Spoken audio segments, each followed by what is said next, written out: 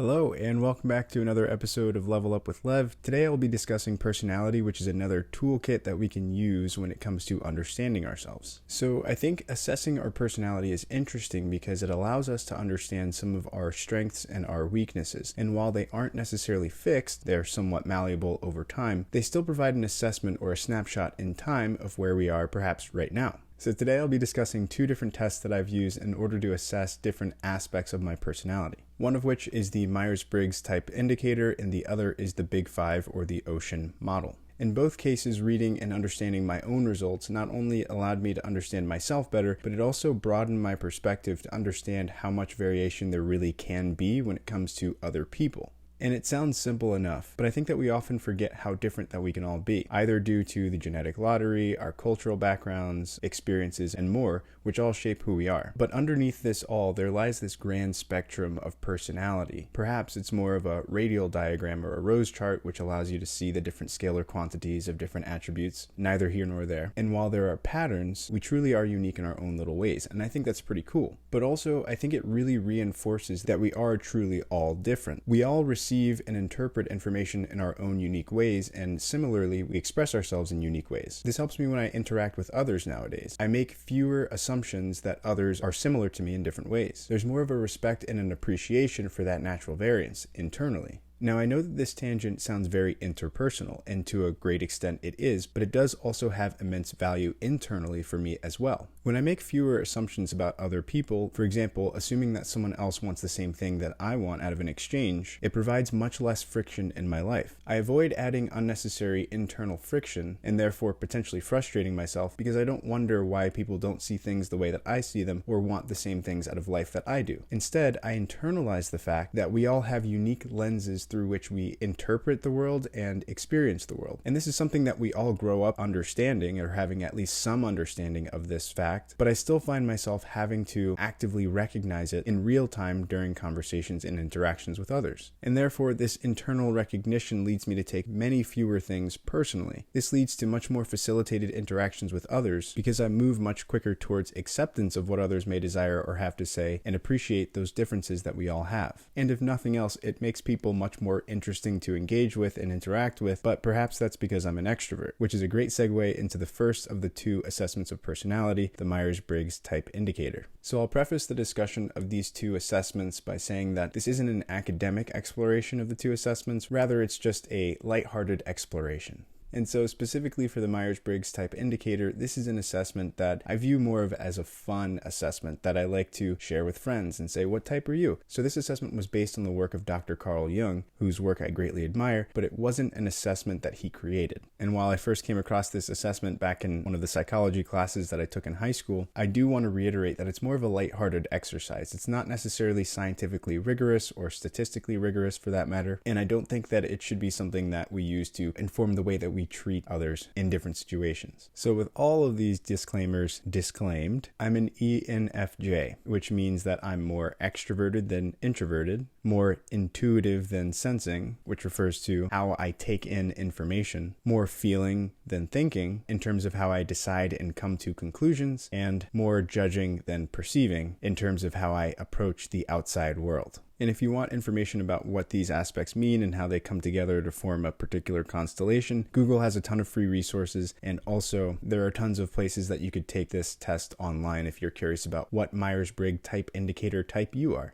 Now, I found this pretty interesting because one of the websites that I use to get information about these different personality types described my personality pretty decently. But moving from this being more of a lighthearted exercise to understanding what kind of value and utility these assessments could have in my life, I looked towards the strengths and the weaknesses section, and particularly the weaknesses section, so that I could get a better sense of some of the weaknesses that I have and figure out how I could work through them, through that initial recognition.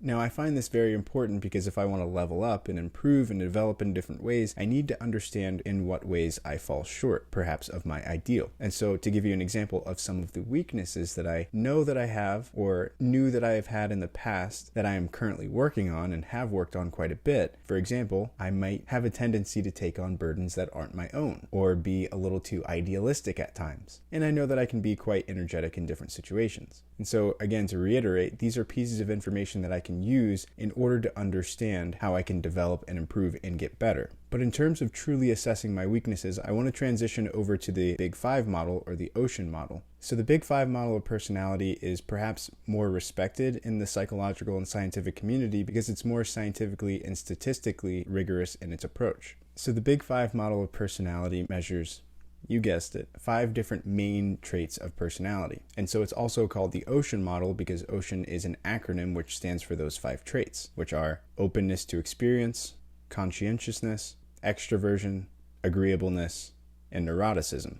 And so I do want to say that, of course, this isn't the best assessment of personality traits, and there isn't a universal agreement on what the best assessment is, but there seems to be general consensus that this is at least acceptable, at least enough for a general layman like myself. So that's all the background that I'll offer on this assessment in particular, and if you want information, feel free to look it up. And again, I'm not telling you what to do or what not to do. These are just tools that I've used along my journey. And so with that said, let's go ahead and dive in. For me, I wanted to look at this particular assessment through a lens of objectivity and practicality. If I want to arrive at a particular destination in my future, I have to have some understanding of where I am now. An analogy for this is, if I want to reach a particular weight, say 175 pounds, it would be very helpful to know how much I weigh now. If I don't know how much I weigh currently, I don't know if I need to gain weight or lose weight. I find it similar when it comes to strengths and weaknesses. It's one part of a larger, growing body of information that I'm amassing on myself that, when taken together, gives me a much better understanding of who I am and how I am currently. And so with that said, I'll briefly share some of my findings now, and then I'll discuss some of the ways that I view each of those dimensions in a practical manner. So in terms of openness to experience, I score quite high.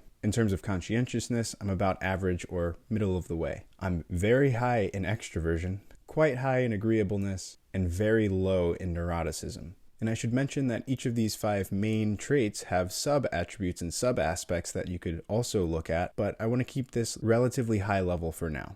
One of the main questions that I use when I look at the information that I've received is, how can I use this to balance myself out? With all of the results that I received from this assessment, there are strengths and weaknesses that are associated with each of the 5 traits. We all have strengths and weaknesses. And most importantly, for me at least, these assessments gave me a better understanding of the weaknesses associated with different aspects of my personality that I can work on. That way I can reach a more ideal version of myself through the development of these weaknesses. So, in the spirit of personal development, I'll look at each of these 5 traits and assess the weaknesses associated with them and how I've worked on them in the past decade or so. So, being relatively high in openness means that I can get a little bit bored with routines and repetitive tasks. I know this, and it's quite obvious in different aspects of my life, and I'm admittedly still trying to work this out. But I allow myself the different outlets for this desire to be more creative. For example, I have outlets of playing music, listening to music, traveling, and making these repetitive tasks a bit more interesting, for example, by listening to music as I'm working, particularly on tasks that don't involve me actually thinking internally as I work. I'm also sterner with myself in my internal monologue by reminding myself that a fact of life is that things are going to be repetitive at some point, and you just have to deal with it. It's a part of growing up,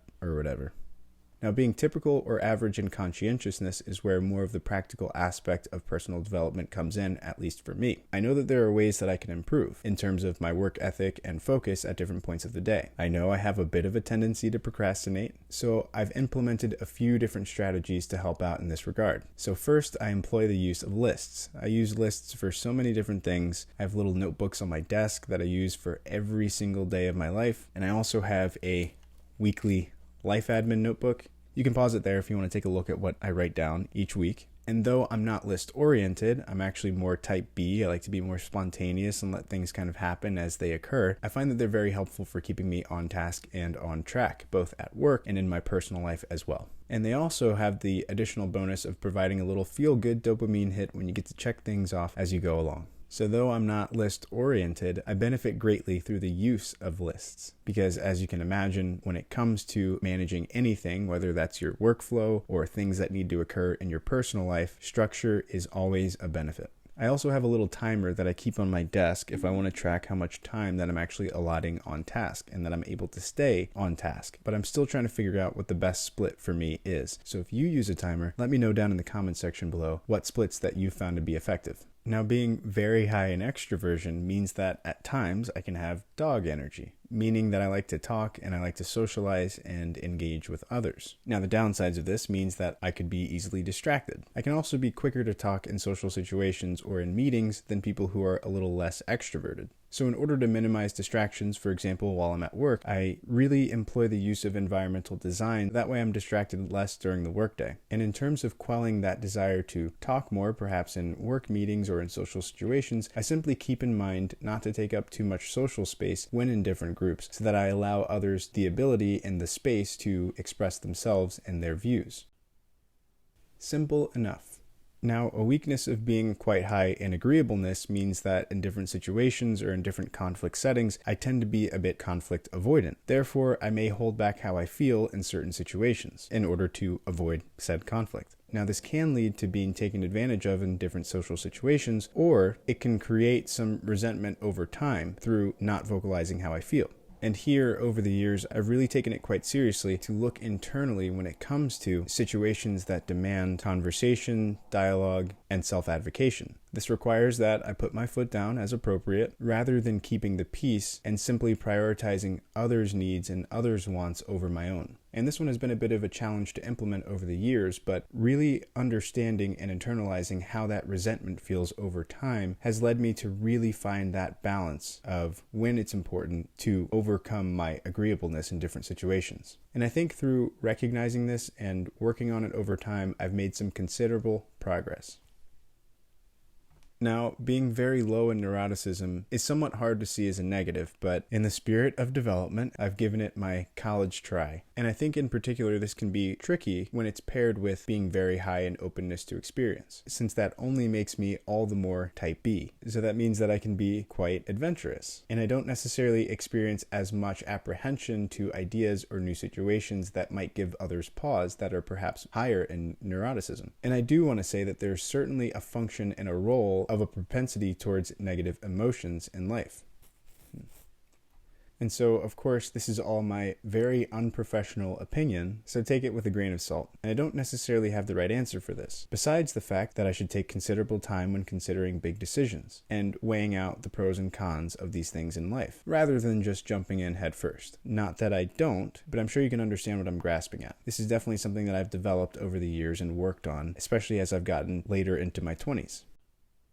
So now with the sunlight pouring in through my windows, I'll close out here with the reiteration that this is all just a piece of the puzzle that forms Lev. In particular, I've taken these aspects quite out of context to present the information in what I believe to be a relatively useful, albeit introductory and basic, manner. There are, of course, ways in which these different dimensions of personality can interact, as I kind of alluded to in the section on neuroticism, and very importantly, how they relate to the other aspects of myself. So I'm not just these 5 dimensions of personality, there's more to my story, there's more to who I am. But again, in the spirit of keeping this relatively brief, I've chosen to keep the material simple. So overall, having this understanding of and appreciation for the constellation of different aspects of personality, understanding some of my strengths and my weaknesses according to personality type in this very simplified manner, and realizing how different people are and really can be, has been very useful for my growth when dealing with and mastering myself, and also when interacting with others in order to reduce internal friction. And though it may be a challenge, building myself into a greater version of myself, it's a noble pursuit, at least I think so. And don't forget that these assessments are just snapshots. They don't corner you into a box, they provide information. And it's up to you and me to determine whether we want to use this information in a practical manner in order to develop and become greater versions of ourselves. And you know my stance on that. So if you've taken one or both of these assessments, let me know down in the comment section below. Maybe let me know what your type indicator is, because that's always fun. I think that's all I have for today's episode. So thank you for listening. I appreciate it. I hope you enjoyed the episode. I hope it was informative. Either way, I'll see you guys next week.